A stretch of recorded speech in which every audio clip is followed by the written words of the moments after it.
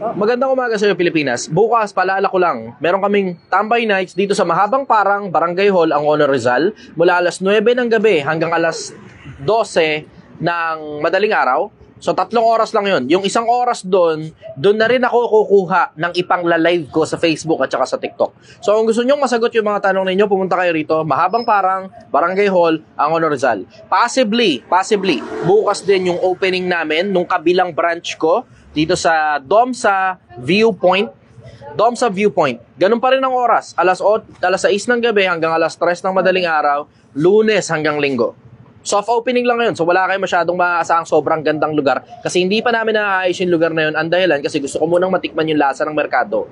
Pagka nakatikim na at okay na at umuusad, tsaka ako ngayon bibiraan. Sige, go, let's go for questions. Ayan, tanong po ito ni CJ Zaruk. Hello po, Boss Chi. Medyo sensitive po itong question na to. Sana po mabigyan niyo po ako ng payo sa ano po dapat kong gawin.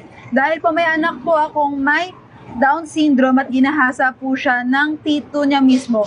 Kaso po, sobrang yaman ng kapatid ko, kaya po hindi po namin napakulong. At ginamit nila ang connection po nila para mapawalang sala. At nagmukha pang kami pa ang may kasalanan kung bakit nagahasa ang anak ko. Sa ngayon po, nagtataka po kami, baka po buntis kasi ang anak kong may Down syndrome. Kung buntis siya, madali ngayon niya nahabulin. Kasi may pruweba may ebidensya. Kung buntis. Kung hindi buntis at napawalang sala na, pwede nyo ngayong iakyat yan. Kasi pwedeng RTC muna, tapos regional, tapos susunod, Supreme Court.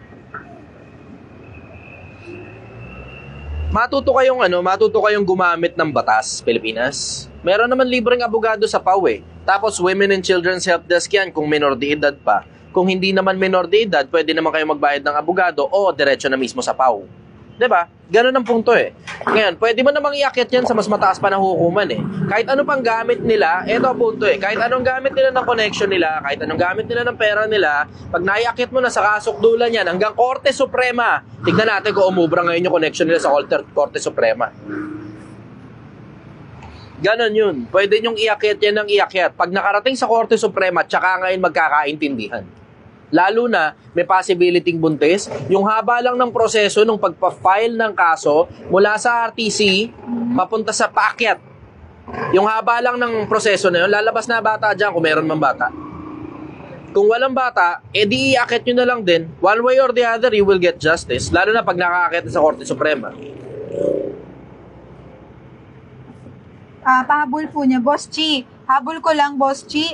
22 years old na po yung anak ko pero may Down syndrome. So, hindi siya nakakasabay sa ugali po ng isang 22 years old. Kaya kung sino-consider ko po siyang bata pa po. Masyado pong marami ang connection po nila kaya hindi po kami makakilos ng maayos dahil sobrang natatakot kami at pinagbabantaan din po kami. Kung pinagbabantaan nila kayo, i-record nyo yung pagbabanta. Ibang kaso naman yan.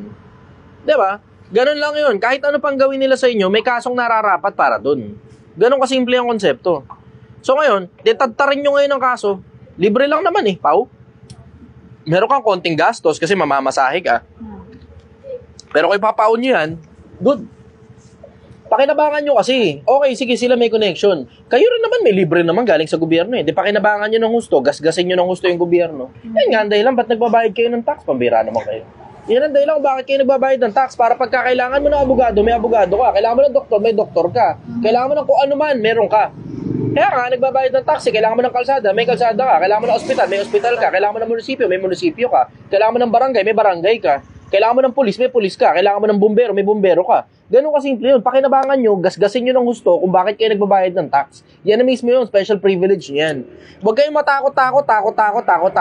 Kada kilos niyang mga hindot na yan, isang kaso yan.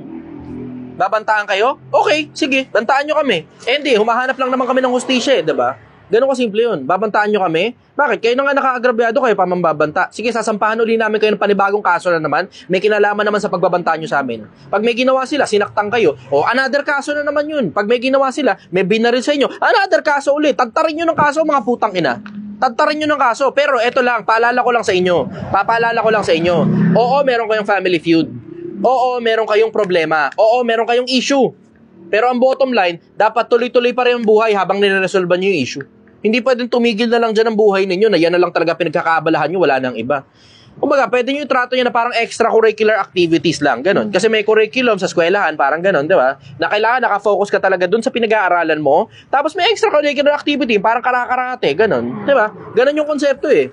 No, sige, habang kumakakarate kayo ng kaso dyan, tuloy-tuloy pa rin ang buhay. Ganun yung konsepto. Kasi iba kasi, sa paghahanap ng hustisya, tumitigil na buhay. Tapos doon na lang umikot yung buhay nila sa paghahanap ng hustisya. Hindi masyadong magandang ano yan. Hindi masyadong magandang buhay yung kinabuhay ninyo pagka nagkaganon. Ang maganda, umuusad pa rin yung buhay nyo, umaabante pa rin kayo, umaalagwa pa rin kayo, yumayaman kayo, tumatalino kayo, tumitindi kayo, lumulupit kayo habang nire-resolve nyo yung mga problema at mga disputes ninyo. Yun ang masasabi ko ron. Next question. Tanong po ni Welmart Mendoza Cantero, magandang umaga, Papa. Magandang umaga rin sa'yo, anak. Okay, sige, go. Sabi niya, ingat ka palagi. Matanong ko lang po, may dalawang buhay tayo, temporary life at everlasting life after resurrection. Ano pong purpose ng temporary life natin? Bakit tayo ginawa ng Diyos? Salamat po, sana mapansin.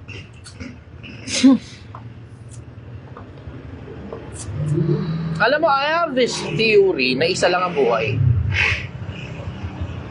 I have this theory, and I may be wrong, na itong kamatayan ng laman is just an illusion. I may be wrong. Theory ko yun sa isip ko. Kasi ang dami kong mga bagay na nakita, ang dami kong mga bagay na nabasa. Sa dami ng mga bagay na nakita ko, sa dami ng mga bagay na nabasa ko, I have arrived to a conclusion that there is a possibility na hindi totoo yung kamatayan.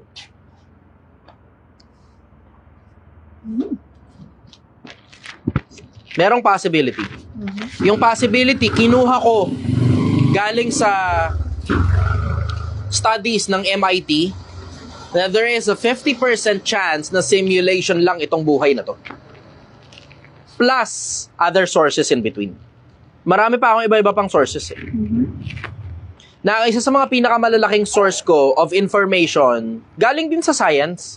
Kasi practical ang science eh. Practical din naman at the same time yung religion. Naisipin mo yung konsepto na hanggang ngayon hindi pa rin natin alam kung saan galing ang buhay. Pero, sabi dun sa isa sa mga laws of,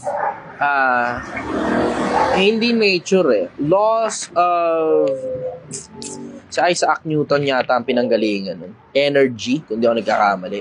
Na energy cannot be destroyed, it just transmutates from one form to another.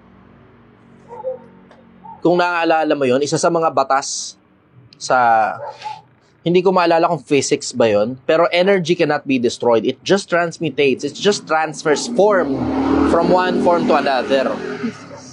Physics yata, hindi ako nagkakamali. Law of energy. Ngayon, that being said, merong umaalis sa tao na energy kapag namamatay siya. Ang tawag buhay. Yung buhay na yun, it entails, it has in it conscience. It also has in it, actually sobrang multiple factors nito eh. Ang daming factors to consider eh. Sa loob ng buhay na yun, meron kang consciousness. Meron ka rin conscience, iba pa yun sa consciousness.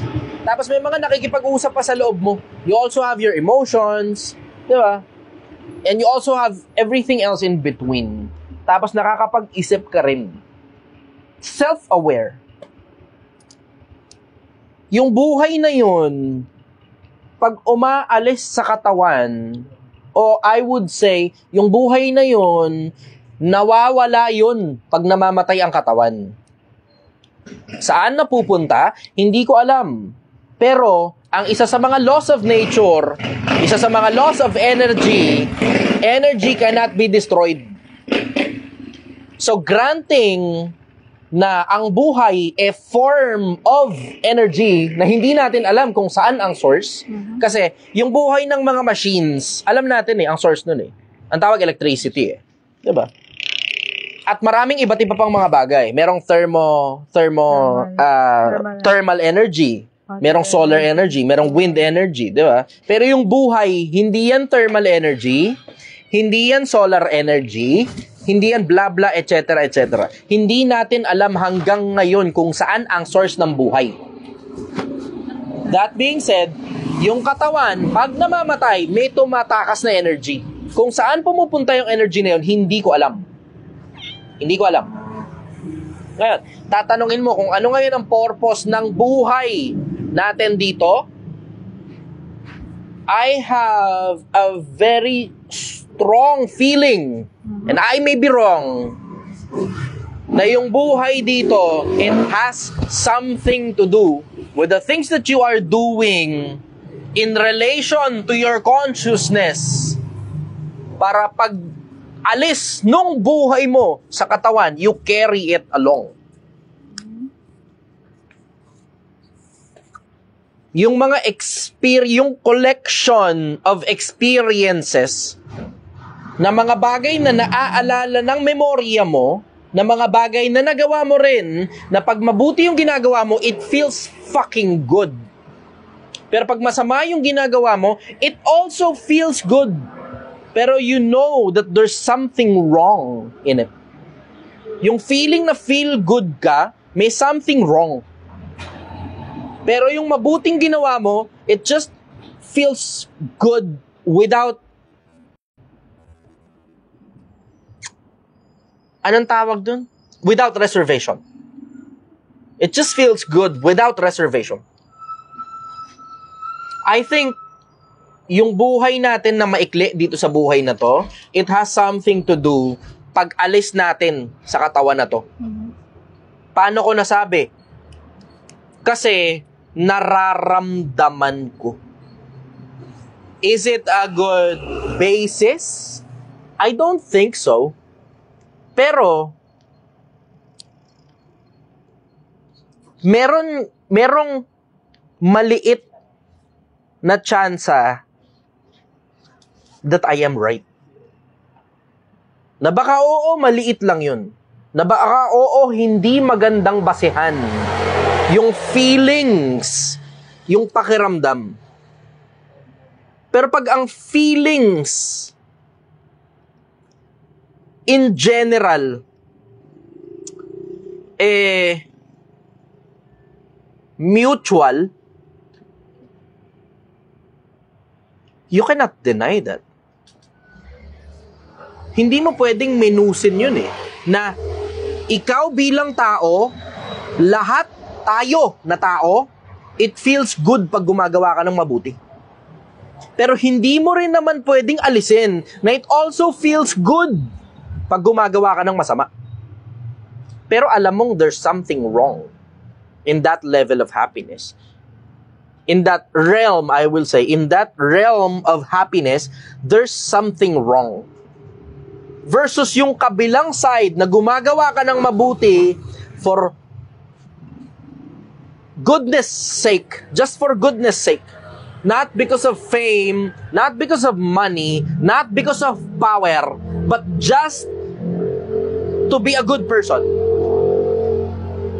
Walang ganong pakiramdam na something's wrong Walang ganong pakiramdam. Maliban na lang pag nadudugas ka, nakakala mo mabuti yung ginagawa mo, mali pala.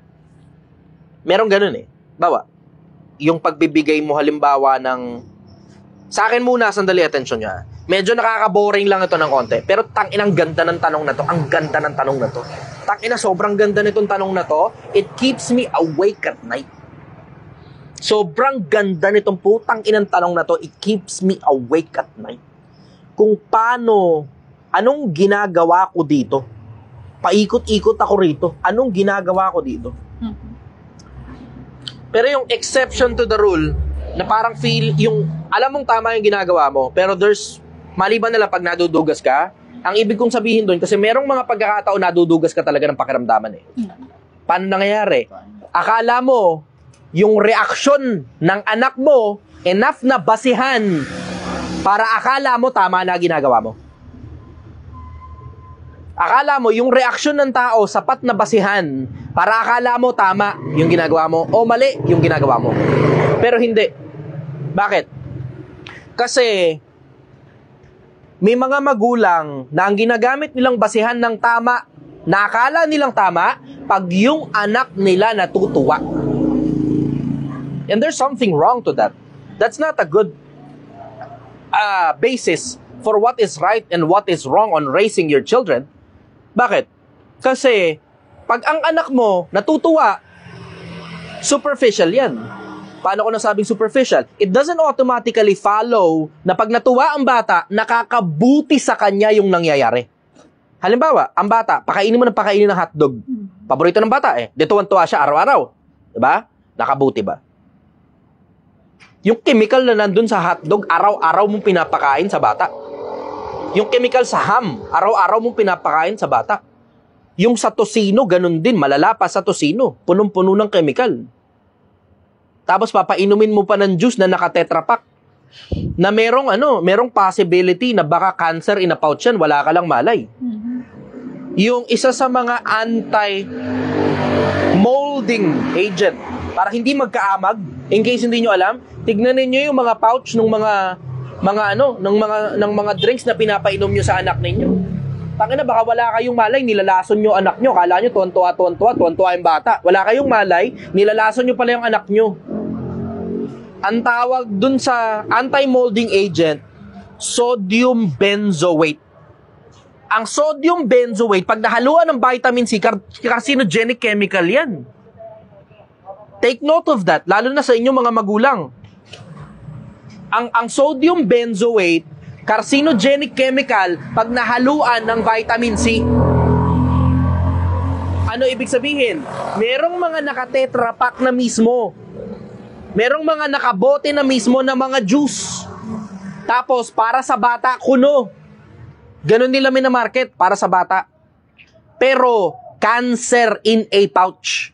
Sodium benzoate na meron ding vitamin C. Nasa loob ng isang pouch magkahalo. Cancer in a pouch. Wala lang kayong malay. So, yun ang exception to the rule na akala mo nakakabuti yung ginagawa mo kasi ang ginagamit mong basihan yung reaksyon ng bata. Na pag ang bata natutuwa, akala mo tama yung ginagawa mo. Hindi magandang basihan.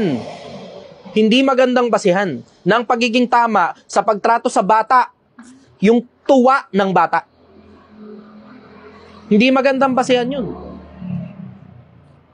Ngayon, tungkol sa bagay na ginagawa natin dito sa buhay na to, I think the things that we are doing in this life has something to do with the afterlife.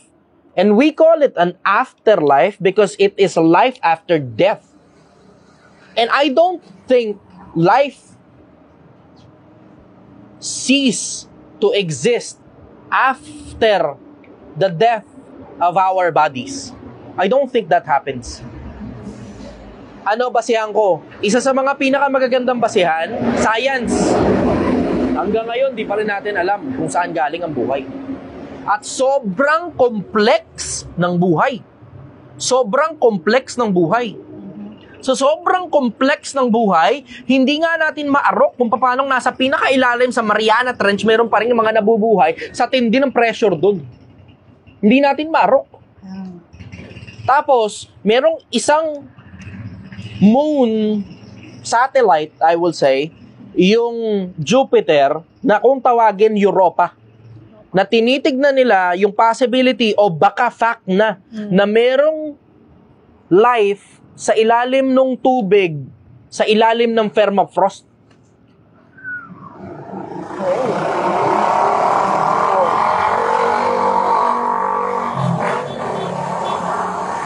Consider na hindi pa rin natin alam kung saan galing ang buhay.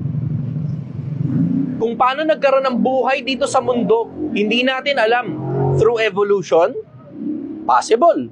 Pero, paano mo kukunin yung konsepto ng evolution ng pinakaunang-unang bagay na nabuhay? At saan nanggaling yung pinakaunang-una na yun para mag-enable ngayon ng evolution later on? At saan galing ang laws of evolution? Diba? Kasi, merong mga bagay dito sa mundo na hindi nag-evolve in case hindi ninyo alam. Merong nakitang bakterya na fossil ng bakterya na hanggang ngayon, meron pa rin nag-e-exist na parehas na bakterya. Pero yung fossil na yun, it is about 1 billion years old. Yung fossil ng bakterya, it is about 1 billion years old. Pero hanggang ngayon, meron pa rin nung bakterya na yun, buhay pa rin hanggang ngayon. Meron pa rin nag-e-exist na ganun pa rin parehas na bakterya. Ang tawag, cyanobacteria. Check nyo sa Google, hanggang ngayon may cyanobacteria pa rin. So kung totoo ang evolution, for 1 billion years, hindi nag-evolve yung cyanobacteria. Eh kung ako yung cyanobacteria, magre-reklamo ako eh. Tangina, lahat ng kasama ko, nag-evolve na ako, hindi pa rin. Ito pa rin, cyanobacteria pa rin ako. Alam mo lang version 2. Wala man lang 2.0. Diba? Ang possibility, mutation. Pero evolution, medyo mahirap-hirap yan. Medyo mahirap-hirap ang evolution. Kasi you have to create a species completely different from the previous species. Yun ang konsepto ng evolution eh. Kailangan mo i-consider yun. Halimbawa, unggoy, naging tao, ibang species na yan. Diba? Ganon yung konsepto ng evolution. Halimbawa, isda, naging ibon, ibang species na yan. At hindi, in case hindi nyo alam, merong flying fish. Oo. Na hindi naman ibon yun, pero nakakalipad. Isda yun, nakakalipad. Diba? Pero balikan ko yung, tangin, ang ganda ng tanong na yan eh. Alam mo yan, yung mga bagay na intellectual na questions na gusto ko talagang sagutin intellectually eh. Ang problema ko lang talaga na bumababa viewers pagka ganyan ang usapan baba nga. Nag-200 yung TikTok kanina ng 400. Yun nga eh. Alam mo, yan yung mga bagay na gusto kong pag-usapan personal. Kasi pagka personal, ang sarap ng kwentuhan pagka ganyan ang usapan. Yun nga ang problema ko eh. Tingnan nyo, Pilipinas. Nagkakaproblema ako kasi I have to dumb down all of my answers just for you to be able to decipher the hieroglyphs of what I'm talking about. Di ba? Ayan yung mga paborito kong mga tanong eh. Tanginang, alam mo, nahihirapan ako. Gusto kong sumagot sa inyo intellectually, pero hindi ako makasagot intellectually kasi bumababa nga yung attention span ng mga tao. Natutuyot ang utak. Yun na nahihirapan ako eh. Iniisip ko nga, magkaroon ako ng 2 version kaya. Isang version na, nasipa ako. Isang version na intellectual, na bahala na yung mga matatabaang utak na lang ang makikinig dun. O kung sinong gustong tumawid mula sa pagiging bobo, papunta sa pagiging matabaang utak, pero you have to pay an outstandingly close attention to the details. Yun ang problema eh. Tapos yung isa namang version, ito yung ganito, sisigaw-sigaw ako sa social media. Yayabang-yabang ako sa social media. 2 version ng Chester. Yun nga sana yung Chichester X eh, kaso pinakialaman na kagad eh. Pinakialaman kasi ng ng fake account eh. Yun sana yung konsepto ng Chichester X eh. Sayang eh. Napakialaman ng fake account eh. Kasi yun yung ginawang pangalan ng TikTok, Chichester X. Tapos ginamitan ng Yun sana yung plano ko eh. Ang dahilan nung bakit Chichester X. Kasi yung crossroads ng buhay.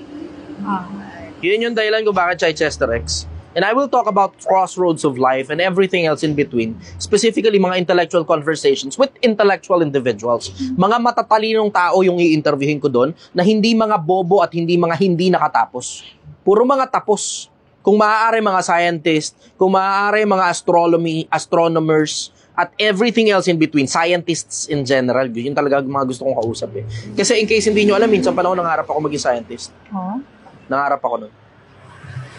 Hindi nga lang natupad kasi hindi ako nakatapos ng kolehiyo. Kasi mamamatay na si Uncle. Kasi sinabi niya sa akin yun bago pa ako bago pa ako magkolehiyo. Mamamatay na daw siya. Sinabi niya yun. Pero bata pa ako, gusto ko maging scientist. I'm heavily fascinated by so many things in this life. The micro and the macro. Ang dami kong mga bagay na curiosity dito sa buhay na to eh. And I have arrived to the conclusion na kung pag-aaralan ko lahat ng mga bagay, katulad ng arrival ng conclusion ni Solomon, lahat ng mga bagay kung pag-aaralan mo, hindi ka matatapos ng kakaaral, mamamatay ka. So ang ginawa ko, pinag-aralan ko yung pinaka-bottom line, pinaka-kabuod-bukuran ng lahat ng bagay. And then, doon ako tumawid papasok ng religion. In case hindi nyo alam, ganun yung naging transition nun. Ang dami kong curiosity dito sa buhay na ito mula pagkabata ko. Sobrang liliit ng mga bagay, tsaka sobrang lalaking mga bagay. Curious ako sa mga dinosaurs, sa mga buhangin, sa mga bituin. Ang dami kong curiosity sa buhay na to. Nabitin nga lang kasi kinapos ng buhay si Uncle. Yun ang dahilan nun eh. Tapos napunta pa ako sa mga masasamang barkada. Napunta ako sa mga masasamang kasama. Sobrang dami kong curiosity. Ngayon namang retired na ako, yan ang mga bagay na gusto ko talagang pagkwentuhan. Ang problema, nabibitin talaga ako eh. Kasi ang dahilan, ako rin mismo hindi ko mailabas yung full potential ko eh. Kasi ang mga nakikinig sa akin, ang audience ko, mga ordinaryong taong bayan. So I have to dumb down all my answers para maabot ng isip ng mga ordinaryong taong bayan. Kasi ako na mismo yung lumalapit sa inyo. Ito, taba ng utak ko. Halika, tulungan kita. Dugtungan natin yung nalalaman mo. Ako na mismo yung lumalapit sa mga tao. Ako na. Bumaba ako rito, papakita ko sa inyo paano gumawa ng 1 milyon. Kasi di naman ganun kakomplikado gumawa ng 1 milyon eh. Hindi ganun kakomplikado gumawa ng 1 milyon. Pero ang daming tao, tangina 1 milyon lang, hirap na hirap pa. Yung iba nga, 10,000 lang, hirap na hirap pa eh. 100,000 lang, hirap na hirap pa eh. Hindi ganun kakomplikado. It's not fucking rocket science. Hindi ganun kakomplikadong maging milyonaryo Pilipinas. Hindi komplikado. Pero katulad din ng nakikita nyo sa akin, nababurnout ako, napapagod ako, nasusuya ako, nagkakasakit ako, nauuta ako. Pero tuloy-tuloy pa rin ako. Araw-araw, day in, day out, hindi ako ma-absent. Yan yung problema ko.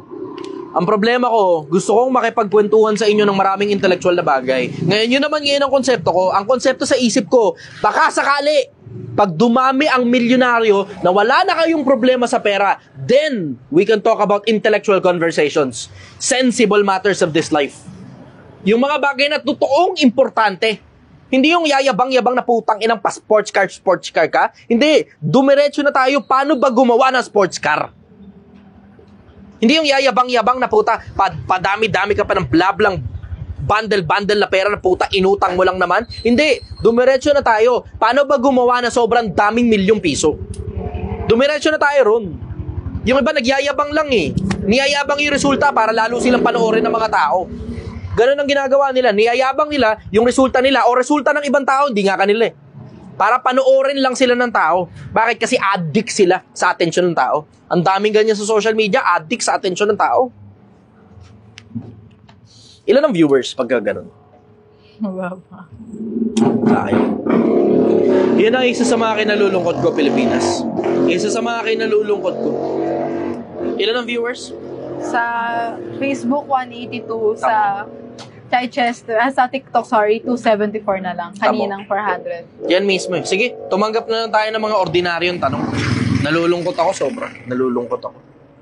Tumanggap tayo ng ordinaryong tanong, sasagutin ko ng ordinaryong sagot. Na may halong matinding emosyon. Yun ang formula eh. Ordinaryong tanong, sagutin mo ng ordinaryong sagot na may matinding putang ina. Putang ina. Yun ang nagpapatik eh. Yun talaga yung gusto ng audience eh. Sige, bigay na lang natin gusto nila. Bigla pero ka nag-300 ako. Nafo-frustrate ako, napapagod ako, Pilipinas. Napapagod ako. Gusto kong bumaba sa inyo para iangat kayo. Hindi para ako yung mababa kasi gusto ko rito sa ilalim eh.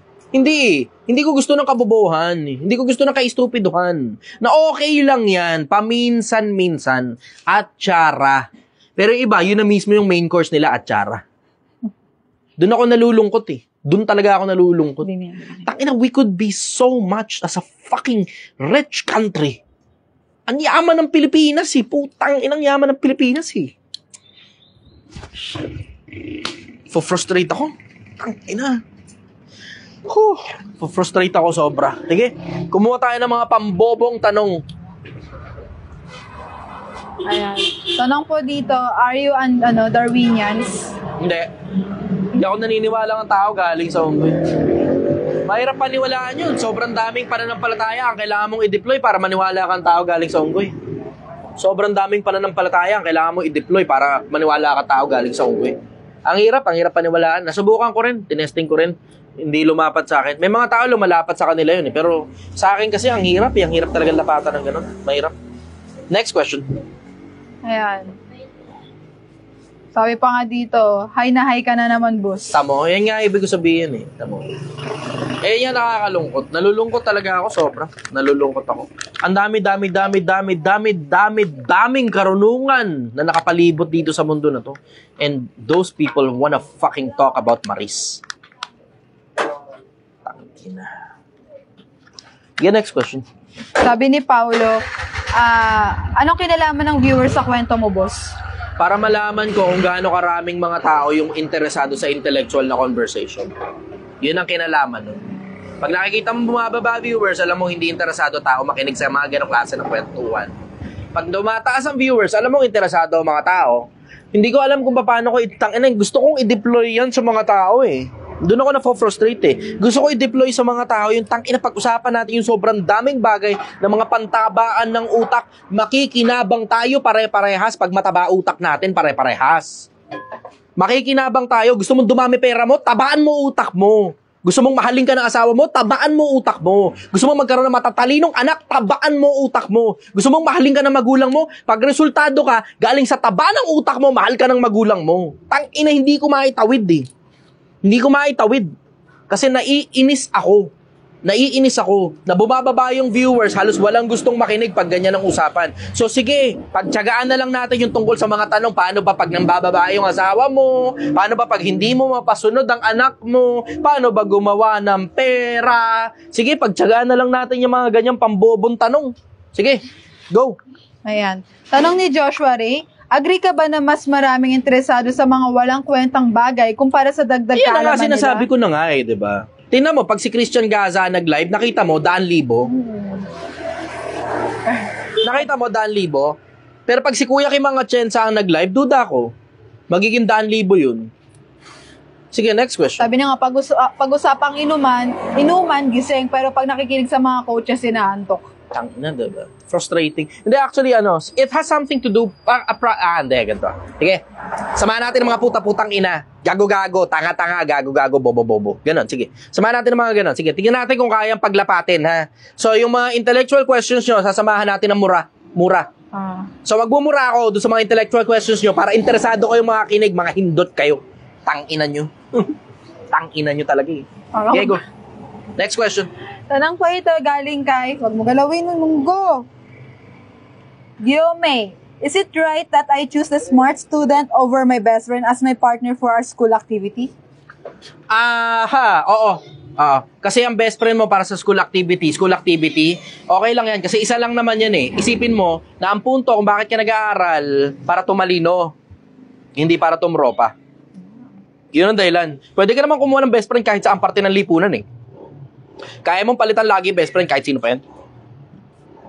Tama, pinakamagandang halimbawa, ako. Isipin mo ngayon kung gaano karaming tao gusto maging best friend ako. Diba? Na yung mga kaklase ko nung high school, hanggang ngayon best friend ko pa rin naman eh. At kung best friend mo talaga, na totoong best friend mo yan, maiintindihan ka niya, maunawaan ka niyan. Bakit? Naghahabol ka ng grade eh. Diba? At ganun din naman siya, maghahabol din naman siya ng grade kung naintindihan niya kung gaano ka-importante ang pag-aaral.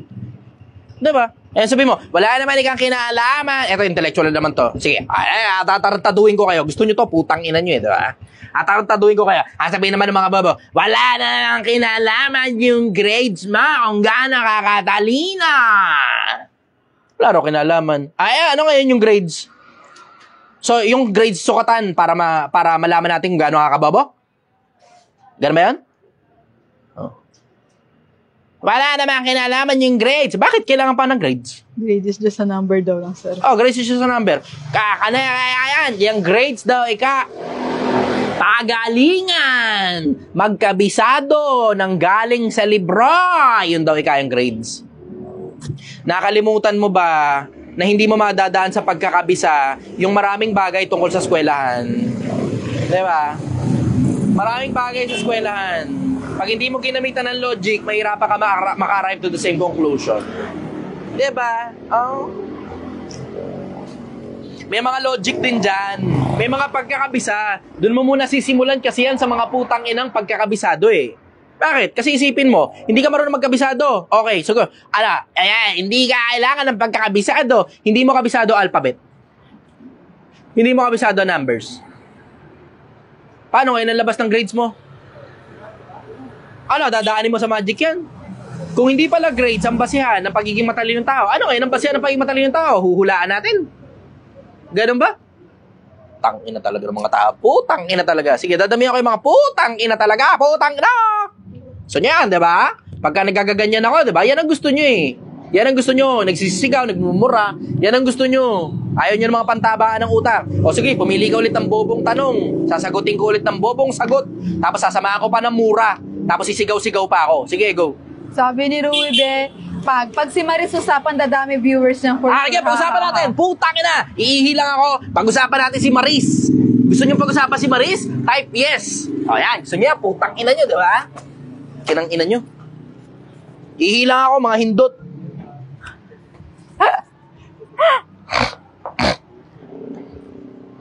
Ayan.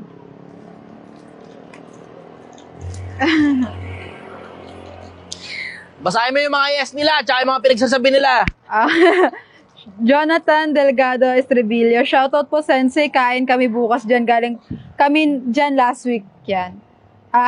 Nagtatawanan lahat sila. Jay Anilom, Ian Castro, kalma daw, sir. Mark Berens Lianes, Irish Joy Atara. O sige, game.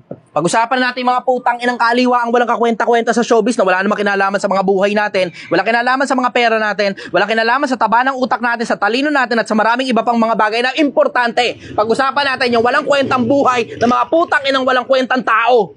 Sir, ang dami nag-no. Okay, pag-usapan natin yung putang inang mga putang ina. Okay, okay. Ano ngayon ang gusto nyo malaman? Gusto nyo malaman? Sige, mga conspiracy theory. Ito, may mga nagsasabi. Ang sabi ng mga ibang conspiracy theory na si Anthony daw no read, no write bago kunin ng ABS-CBN. Kasama yan. Nandiyan sa social media yan. Nandiyan yan, social media yan. Tapos, ano pa conspiracy theory? Ang Maris. Habang sila pa ni Rico Blanco, kinakalantari na ang Anthony. Gusto niya yan, diba? Mga gago, sige, pag-usapan natin mga putang inang kabobohan ng mga putang inang mga tao na hindi rin naman putang ina kailangan dito sa mundo. Pag-usapan natin ng mga putang ina nyo. Tang ina. Ano pa gusto nyo malaman? Gusto nyo malaman kung ano ngayon ang take ko doon, di ba? So, kayo ngayon, hindi kayo makagawa ng sarili nyong opinion. So, gusto nyo tanongin kung ano opinion ko doon, di ba? Ang putang inang Anthony, kinalantari ang putang inang Maris, na putang ina may jowa pa siya. Gusto niya yan, di ba? Tumataas viewers, no? Kita mo? 200. Tang ina, kita mo? Kita mo? Yan mismo sinasabi ko. Yan, gusto niyo para tumaas ang viewers, para makinig kayo. Gusto niyo ng putang inang issue ng mga putang inang tao na hindi rin naman kailangan sa putang inang lipunang to. Putang ina talaga. Yan ang gusto ninyo. Yan ang gusto ninyo, issue, di ba? Tama mo, tumaas ang TikTok na. 600. Sige, pag-usapan pa natin ng mga putang inang Maris at saka Anthony.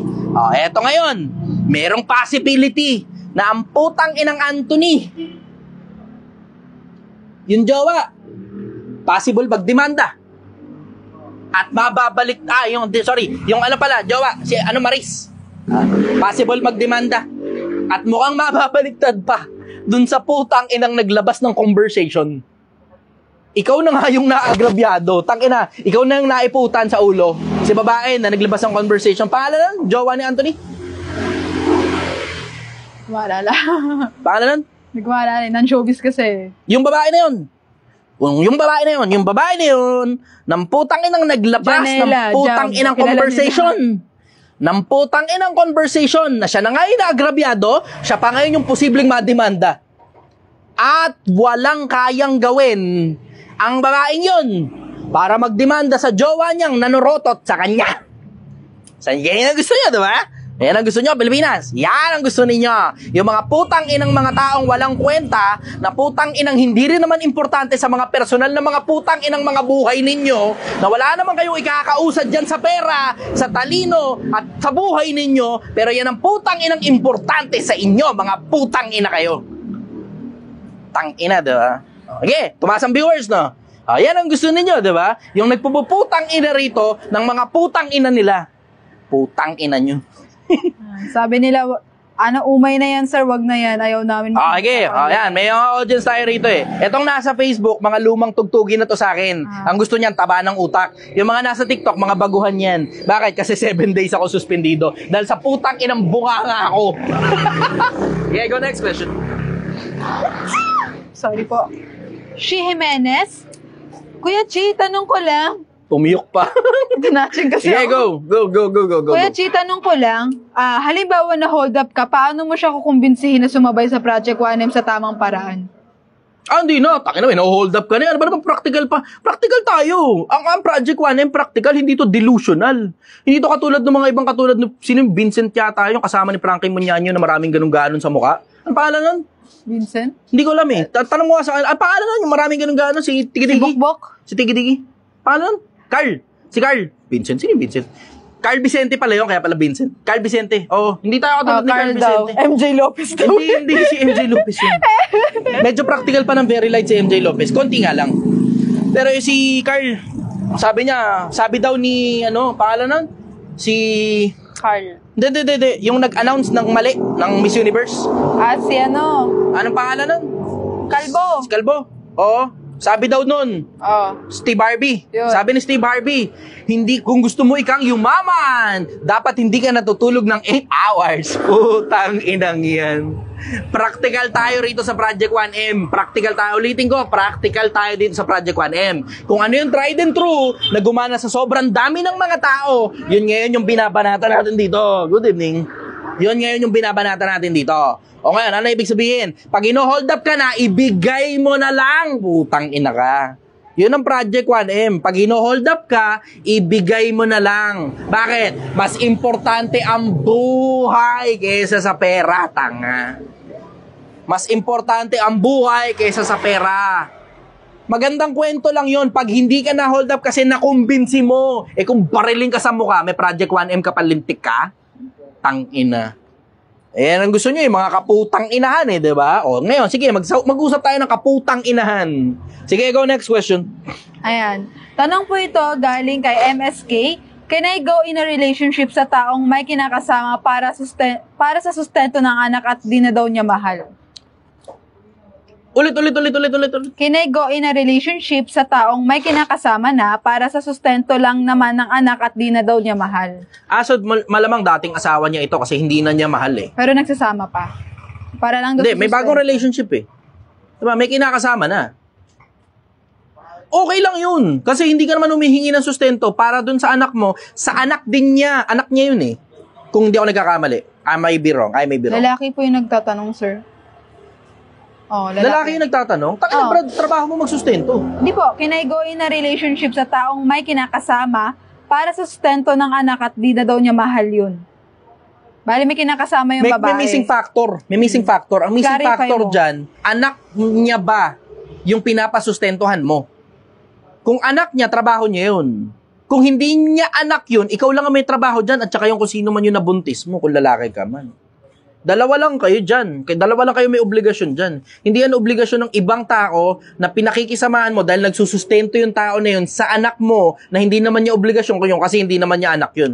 Tama nga ako, sir. Ano? Anak po ito ng anak po ito ng jowa ko. Oo nga, anak ng jowa mo. Pero yun bang tinutukoy mo na nagsusustento doon, yun ba yung nanay niya? Yun ba yung nanay niya? Tanong mo nga sa kanya, yun ba yung nanay niya? Yes po, bali po lalaki ako, Sir Chester. Oo nga, yun nga ang babae nga yan. Yung yun. gusto ko maging karelasyon ay may anak na at may asawa rin. Kinakasama niya lang dahil sa sustento. So ibang, tangina. Okay, scratch off yung naunang theory. Magulo ang tanong.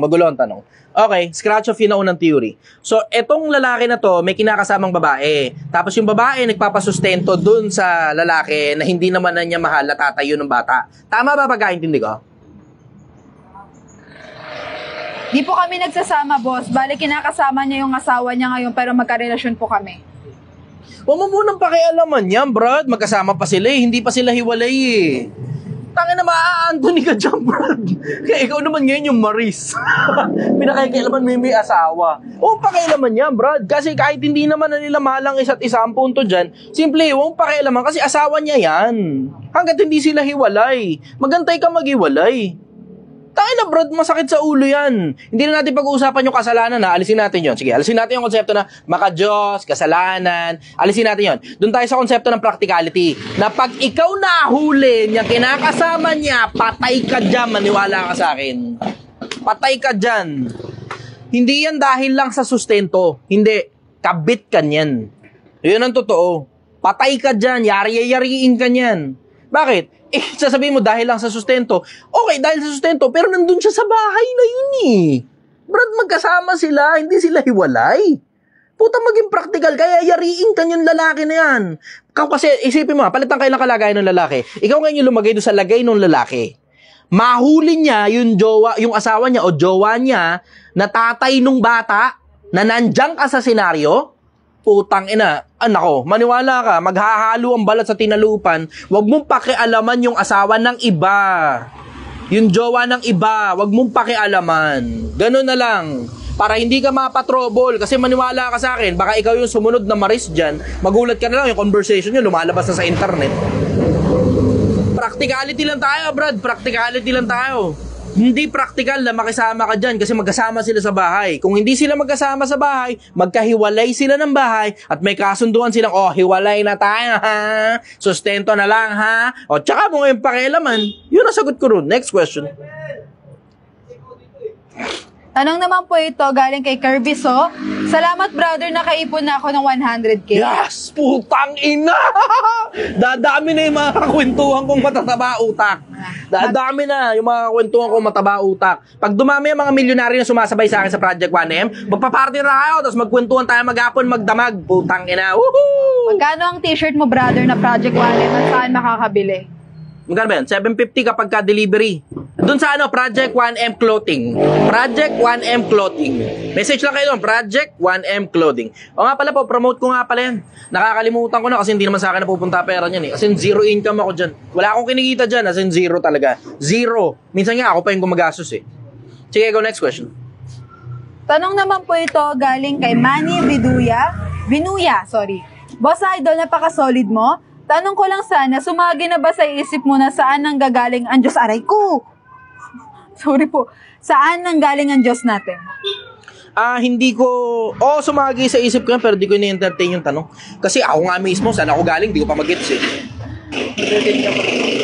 Alam kong galing lang ako sa nanay at tatay ko, ganun. Yun lang alam ko. Pero kung saan galing yung buhay ko, na tumawid galing sa buhay ng nanay ko, na tumawid galing sa buhay ng nanay niya, hindi ko alam kung saan galing yun.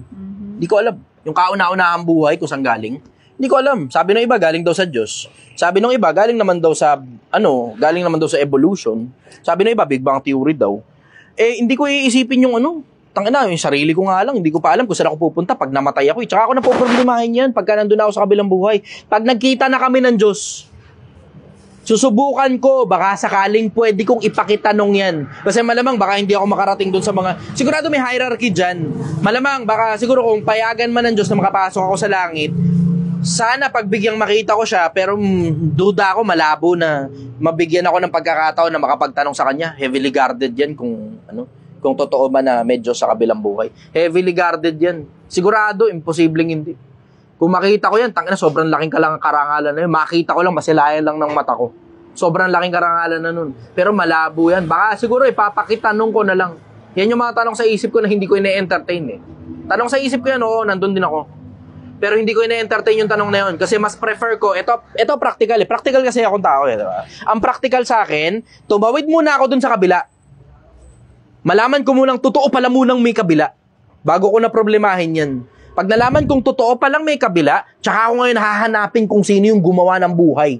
Pag nakita ko yun, kung sino man siya, heavily guarded yan, imposibleng hindi. Imposibleng hindi. Heavily guarded yan. Kasi presidente nga ng Pilipinas, hindi ka makakalapit basta-basta eh. Lalo pa yung gumawa sa buong universo, kung nag-iisip ka, common sense yun. Heavily guarded yan. Ipapakitanong ko na lang. Sana tumawid-tawid yung tanong ko hanggang makarating sa kanya. Pero hindi lang naman ako ang nag-iisang may tanong yan. Ikaw din. At sobrang dami pang mga nilalang ang mga nagtatanong yan. Sigurado, lahat ng may consciousness, lahat ng self-aware, lahat ng merong katulad ng taba ng utak na kaparehas ng sa atin, o mas mataba pa, pare-parehas tayo ng mga tanong. Mas poproblemahin ko muna paano ako tatawid dun sa kabila na baka sakali napapasukin ako kung saan man nandun yung matinong kung sino man yung creator na yun. Basta hindi sa kabila at hindi definitely 100% hindi ko gustong mapunta sa panig ng mga kalaban niya. Yun ang sigurado ko. Yun muna uunahin ko. Mapatunayan muna sa kanya na karapat-dapat ako dun. Pag nagawa ko na yun, ipapakitanong ko yan. Tapos babalitaan kita. Babalitaan kita. Pero dun sa parte na yun, sigurado ako hindi na kayo magtsatsaga magtanong sa akin. Isa na ako sa mga bobo dun na nasa isang sulok na nakikinig lang. Next question. Tanong po ito ni Todas, paano pag sa baba ka napunta? Yun ang problema. Wala, ang gagawin ko, I will just give justice dun sa mga naggawa ng injustices. Yun nga, sabi ko nga sa inyo, makikipagsuntukan na lang ako dun sa mga putang inang mga politiko na nagnakaw ng mga pera natin. Isama mo na yung mga putang inang mga religious leaders, na mga putang inang mga demonyo na nagdala ng mga tao na marami sa impyerno.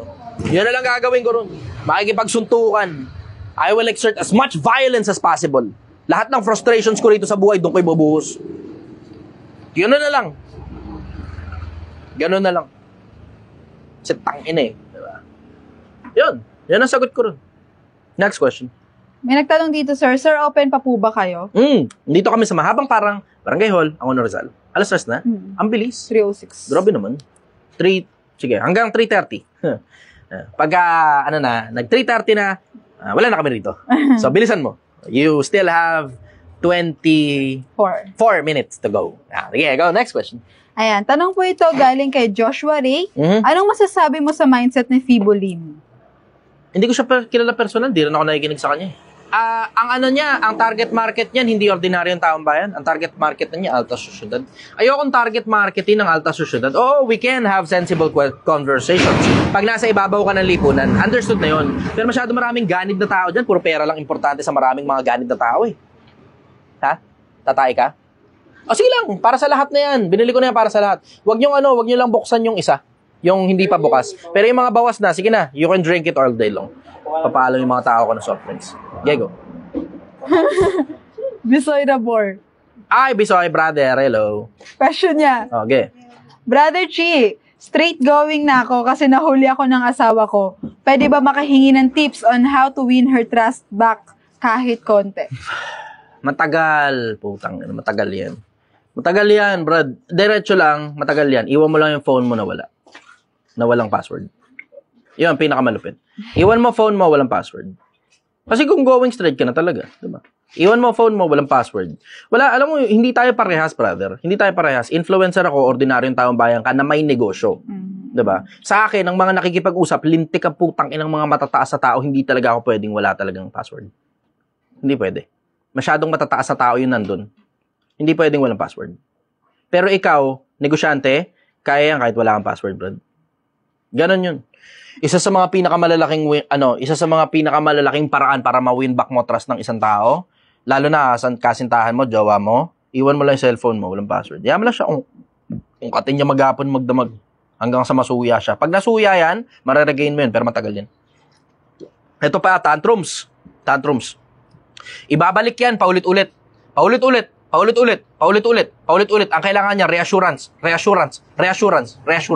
Huwag kang mafo-frustrate. Huwag kang maiinis. Bawal. Ikaw yung nakagawa ng mali. You have to make it right. Pag nagtatantrums, hayaan mo lang. Pakalmahin mo lang. Reassurance. Lahat ng location na pupuntahan mo, picture, send sa kanya. Matrabaho yan, brad. Matagal yan. Pero sulit yan kung nakikita mong sulit na kasama mo siya sa buhay. Kung nakikita mo namang hindi sulit na kasama mo siya sa buhay, just let her go. Yan ang sagot ko ron. Next question. Ayan, tanong po ni Marvin Villarama. Brother, ako nasasagot sa nagtanong sa'yo. Wah! Brother, gawin mo kung ano ang papagaan sa loob ng partner mo, tanggapin mo lahat ng masasakit na maririnig mo sa partner mo. It may work short term yan eh. Kung ano magpapagaan sa loob. Hindi ganun. Short term yan eh. Tingnan mo, hindi ko sinasagot ng ganun eh. Kasi anong tawag dyan? Love bombing eh. Yung love bombing, nakakaduda yan. Madalas hindi gumagana love bombing. Madalas. Lalo na pag paulit-ulit ka. Siguro oo, pwedeng gumana yan, pitik sa umpisa. Pero love bombing, gagawin mo lang lahat ng gusto, hindi gagana yan. Bakit? Kasi kung gusto manatili ka sa bahay, huwag ka magtrabaho. Paano? At hindi mo maialis, may mga babae nang hihingi talaga ng ganyan. Lalo na pagka pumalpak ka na minsan pa. Hindi mo maialis yan. Meron talagang mga taong ganyan. Meron talaga. Hindi gagana yan. Lalo na kung long term yung hinahabol mo. Short term, oo. Sige, pitik, oo. Pero kung long term yung hinahabol mo, hindi ubra yan. Love bombing. Sabi nga ni Bisoy Raborsel, nadali mo yung paulit-ulit na part, brother. Ngayon lang, ibig sabihin. See? Hindi gagana love bombing kapag ka long term. Short term lang gumagana yan. Bakit? Kasi hype ang tawag dyan. Hype yan eh. It's a form of hype yung love bombing. Kaya tiyan mo, hindi ko sinasuggest yan na gawin mo lang lahat ng gusto ng partner mo. Hindi ko sinasuggest yan. Kita mo? Kaya yan mismo Pilipinas ang dahilan kung bakit kailangan mo ko. Yan mismo ang dahilan kung bakit kailangan mo ko. Yung akala mo na makakabuti, ini-advise mo sa iba, nakakasama pala. Yan ang isa sa mga dahilan kung bakit kailangan mo ako. Bakit? Kasi maingat ako sa pagsagot sa mga tao. Maingat ako sa pagsagot na hindi lalo kong ma-damage yung tao. Pag nilabam mo tao, magdududa sa'yo yan. Maingat ako dyan sa pagsagot. Maingat ako sobra. Kasi lahat naman ng tao, ganyan na pwedeng i-conclude. Lahat ng gusto niya, yun lang ang gawin mo. Hindi pwedeng ganun. You have to set boundaries. Magsaset ka ng boundaries sa sarili mo, magsaset ka rin ng boundaries sa kanya. Hindi pwedeng wala borderless, tapos lahat lang ng gusto, doon ka lang tumatakbo. Hindi pwede yun. Hindi pwede yun. Kaya nga tignan mo, Pilipinas, nakita mo kung gaano ako kaingat sumagot? Nakita mo, Pilipinas, kung gaano kaingat yung pagsagot ko? See? Kumpara mo sa ibang mga tao na, sige, pwede rin sila mag-advise. Lahat naman tao pwede mag-advise eh. Huwag niyo kakalimutan, every other neighbor is a doctor. Every other neighbor is a doctor. Every other neighbor is a lawyer. Lahat pwedeng mag-advise. Pero yung sensible na advice na hindi ka lalong mapapahamak, makukuha mo lang yan sa mga sensible na mga tao. May mga iba nga, tangina, ito mas malala. May mga iba sa internet na tangina ang ginagawa nila, yung mga hindi sensible na advice na una lang pumasok sa utak nila, ini-advise na nila sa tao, binebenta pa nila. Tangina, nakakadiri kayo. Nakakadiri kayo. Sa mga matitikas na payo, natatatag ang bayan. Sa mga mabubuhay na payo, nawawasak ang mga kaharian. Ingatan mo ang sarili mo sa nagpapayo, Pilipinas. Ingatan mo ang sarili mo sa nagpapayo. Hindi lahat ng payo at hindi lahat ng nagsasalita sa internet, best interest mo ang hinahabol. Ang majority ng nagsasalita sa internet, kaya sila nagsasalita sa internet ng mga putang inang mga payo nila na hindi mo naman alam kung gumagana o hindi kasi interesado sila sa pera mo. Yun ang totoo. Yun ang totoo. Diretsahan lang tayo. Bihira yung mga nasa internet na ang best interest mo yung inaalagaan nila.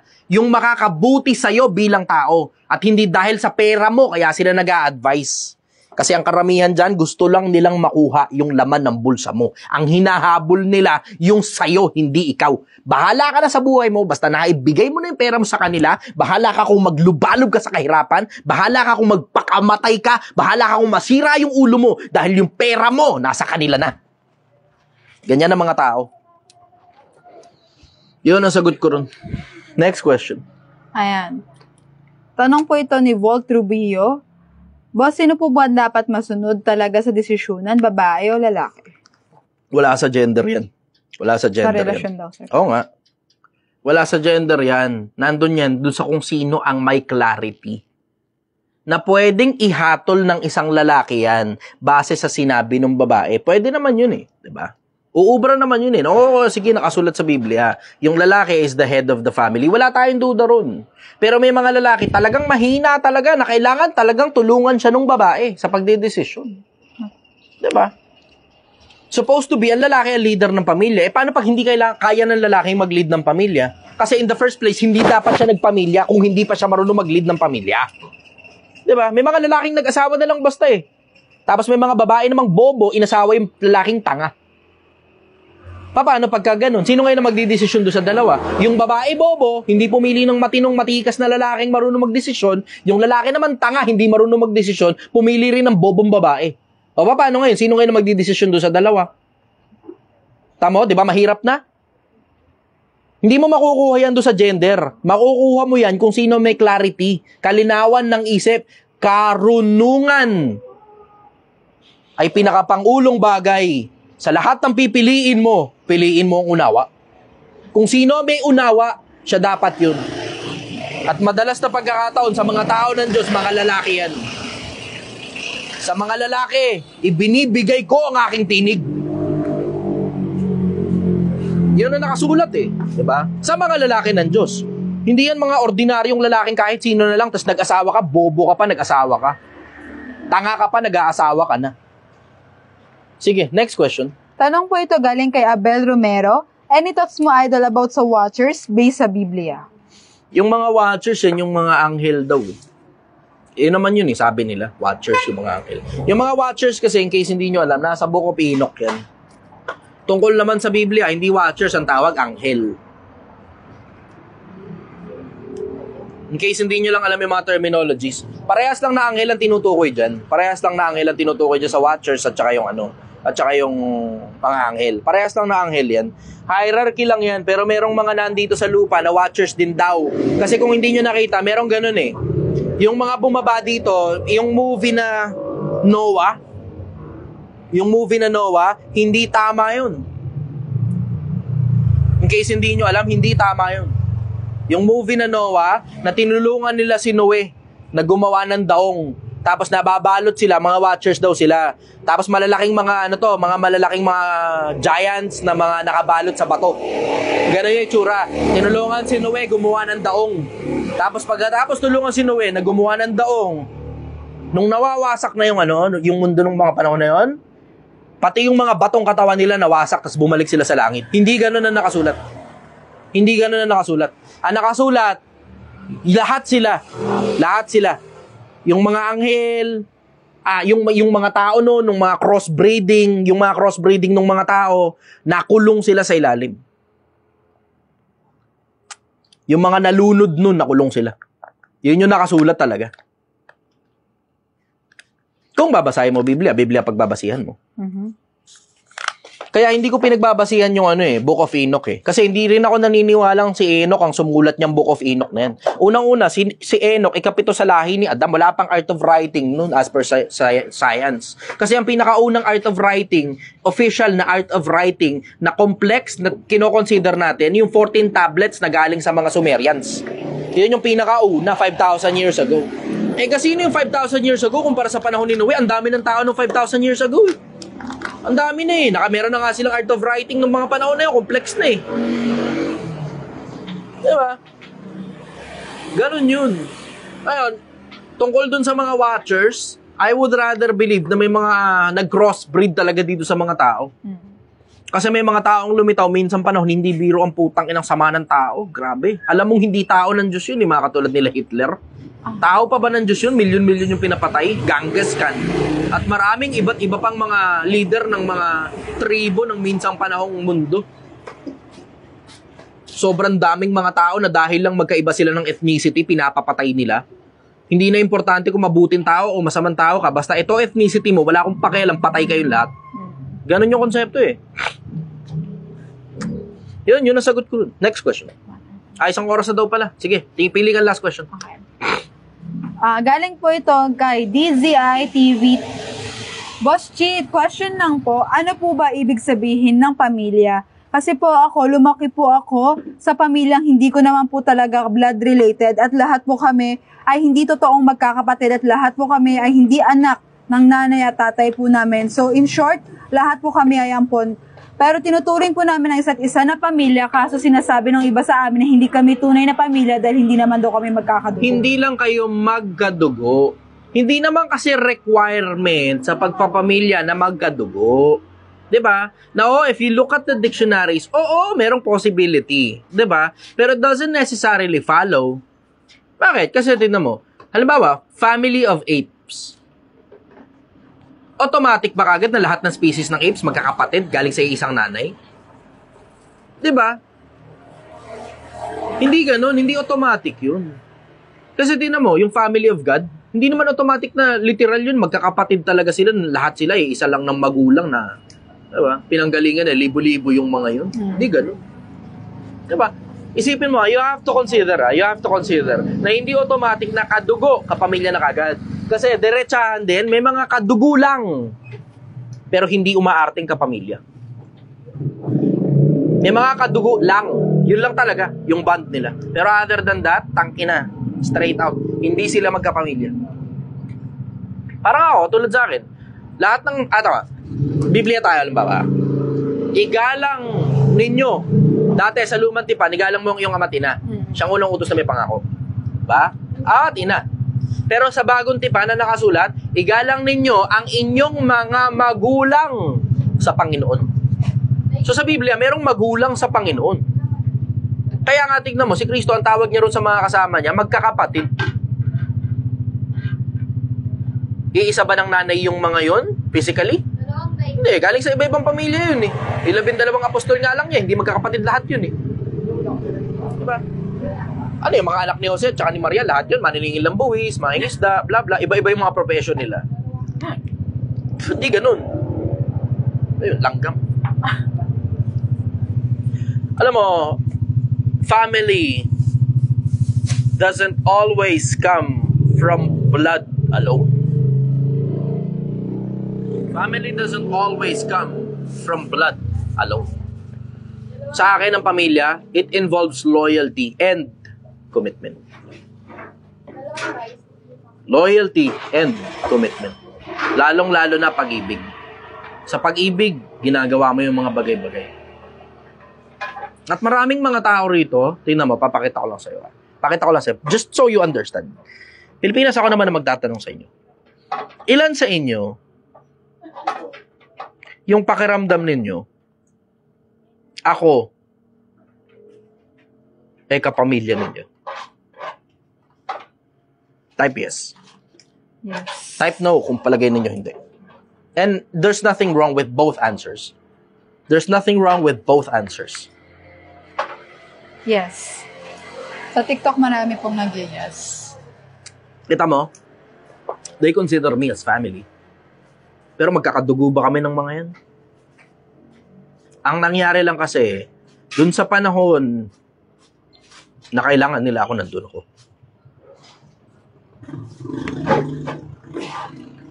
Hindi mo alam kung gaano karami nire-replyan ko araw-araw. Sa TikTok, sa Facebook, dun sa 3 accounts ko sa Facebook. Tangina. Hindi mo alam, halos umaabot ng 1,000. Mm-hmm. 3 yung account sa Facebook di ba? Yung The Chichester, yung The Chichester Official at saka yung Project 1M. 3 yun Lahat yun, nagme-message ang mga tao ron. At hindi ko kayang replyan lahat. Pero hindi mo naman alam kung gaano karami dun yung mga na-replyan ko, katulad yung nandito kanina. Yung nandito kanina, isa sa mga na-replyan ko yun Ngayong araw. Sabi niya, sana magkita daw tayo. Sabi niya, sana magkita tayo bago ako mawala. Bago ako mamatay. Pero relax, wala siyang kondisyon. Biker lang siya, nagmomotor na, nagbibisikleta siya. Tapos bumiyahe siya mula Quezon City, papunta rito ng nakabisikleta.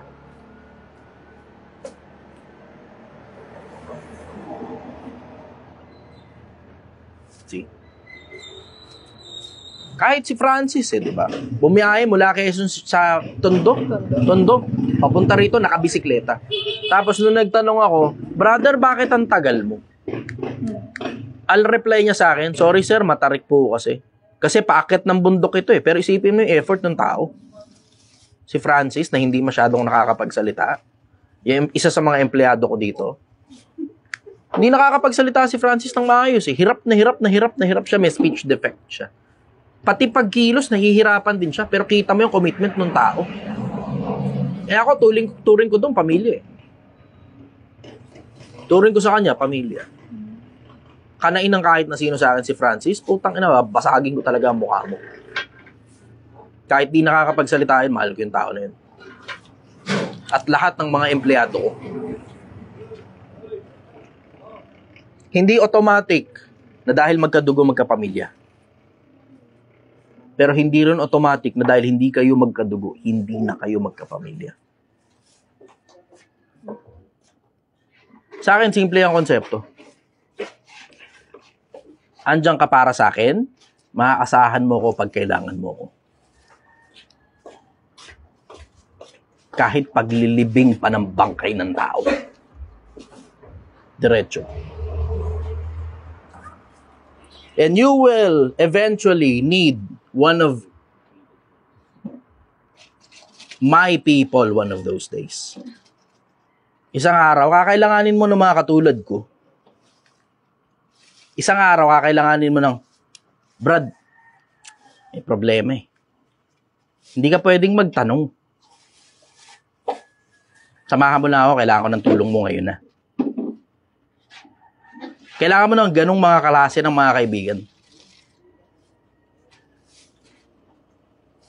Na hindi mo alam kung bakit, hindi mo alam kung para saan, pero alam mong ganong klaseng problema ilalapit sa'yo. Pamilya ka kapag kakaya mo yun. Yun sa akin, diretso. Kaya sabi mo, masama pala yan, Chester. Masama talaga. Diba? Pero masama rin naman ang gawain ng maraming mga tao eh. Diba? Minsan, kailangan mo lang talagang ipagtanggol yung sarili mo. Minsan, ganun. Kailangan mo lang talagang ipagtanggol yung sarili mo. At sigurado ako, ito sigurado ko. Pag ako ang kinanti ng mga tao, there will be an outcry.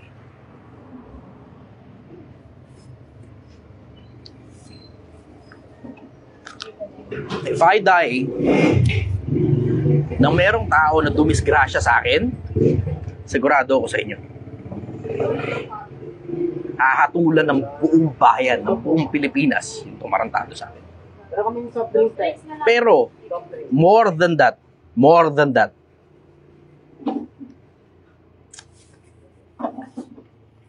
madaming buhay ang magbabago. Kasi pagkatapos hatulan ng mga tao yung tumarantado sa akin, yung mga videos, lahat ito, kakalat ito sa buong Pilipinas. And possibly, sa buong mundo.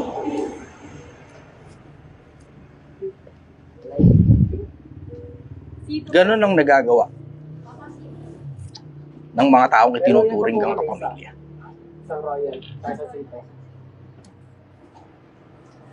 Magandang umaga sa iyo, Pilipinas. Itinuturing kitang kapamilya. Mahal na mahal kita.